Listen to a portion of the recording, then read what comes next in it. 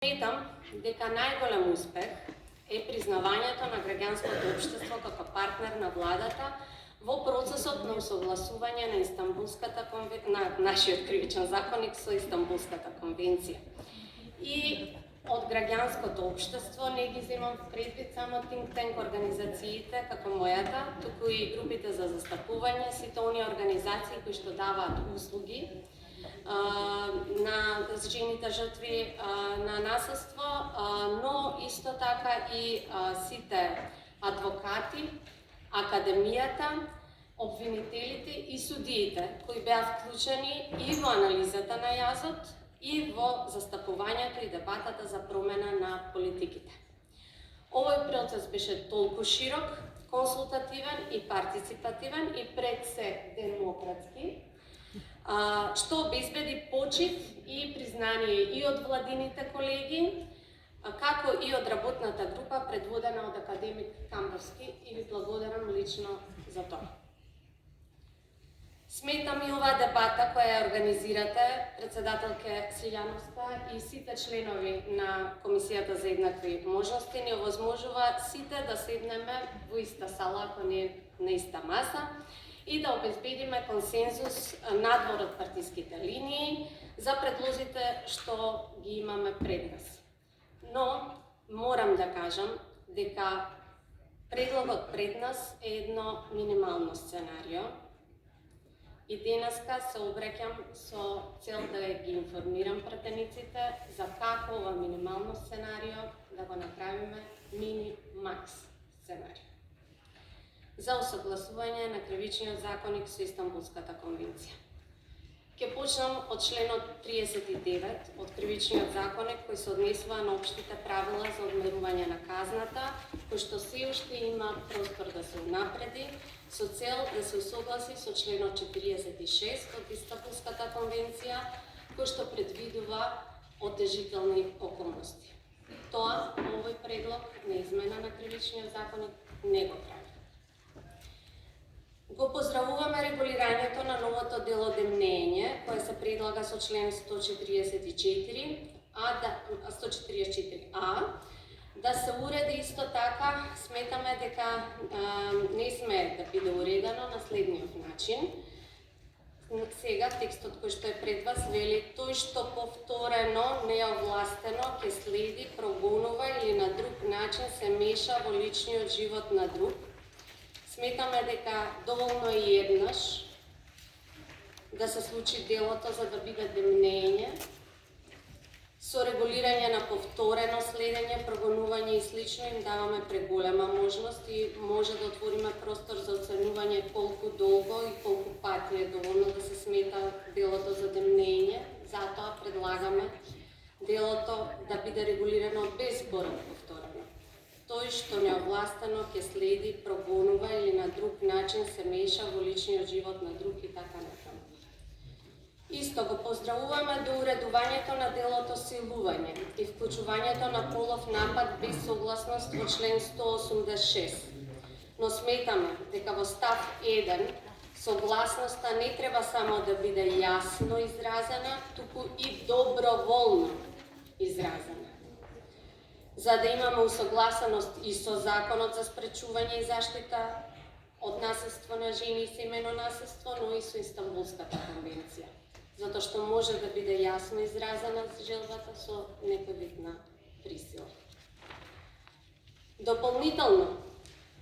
бидејќи овие предлог измени се пред вас некаде дефинирани при крајот на минатата година, во меѓувреме граѓанските организации работеа и на други кривични дела кои што ни се случуваат во нашето општество, а кои што кривичниот законник не ги регулира, а се во тесна врска со Истанбулската конвенција. И сакала да ви обрнам внимание на така наречената сексуална ексторсија или сексуална изнуда како дел од корупција, кој што може да се подведе, односно да се доуреди со членот 189, облјуба со злоупотреба на положба, или да се уреди со нов член 189а, каде треба да се уреди посебно делото сексуална изнуда како форма на корупција, И во духот на законот предлагаме да гласи како полов однос со злоупотреба на положба, регулирајќи дека секој лице кое што е носител на јавна функција или вршител на јавна должност, кое ќе користи закани, сила или психолошки притисок да потикне друго лице кое поради имотна, семејна, општествена, здравствена или друга положба или тешка состојба се наоѓа спрема него во зависна положба да изврши или да се подведе на полов однос или друго полово действие со искористување на положба, потреба или зависна врска заснована на вработување, подредена положба или друга зависна врска, кога сторителот очигледно ја користи оваа зависност. За ова дело сметаме дека е многу важно заради тоа што последното истражување на ОПСЕ и ТИМС институтот покажуваат дека 78% од испитаничките го препознаваат ова дело. Над половина од испитаничките истакнале дека носителите на јавни функции и овластувања кои имаат позиција на моќ се случува да бараат сексуални услуги наместо пари или мито во замена за давање на јавна услуга за која се надлежни, а 21,5% од нив истакнале дека тоа се случува многу често. Бараме да се обрне внимание на овој тренд и да се рекриминализира ваквото однесување. Потоа членот 144 од Кривичниот законник кој се однесува на загрозување на сигурноста, предлогот за измена кој што го имате пред вас, тоа го предвидува во членот 15, во став 1 ја пропушта шансата да се усогласи со Истанбулската конвенција во однос на регулирање на психолошкото насилство. Доколку по зборот заплаши, во овој став се додаде нарушувајќи му го психичкиот интегритет, тоа може да обезбеди некој минимакс сценарио, но не е доволно, морам да кажам, заради тоа што Истанбулската конвенција не обврзува засебно да го регулираме психолошкото насилство, за да овозможиме генерирање на статистика која што сме обврзани со ратификацијата на конвенцијата, да ја известуваме пред Гревио комитетот и пред Европската комисија, која што го направи семејното и насилството во жени како еден од приоритетите за сите земји од Западен Балкан. Заради тоа, предлагаме да се воведе нов член за дефинирање на психичкото насилство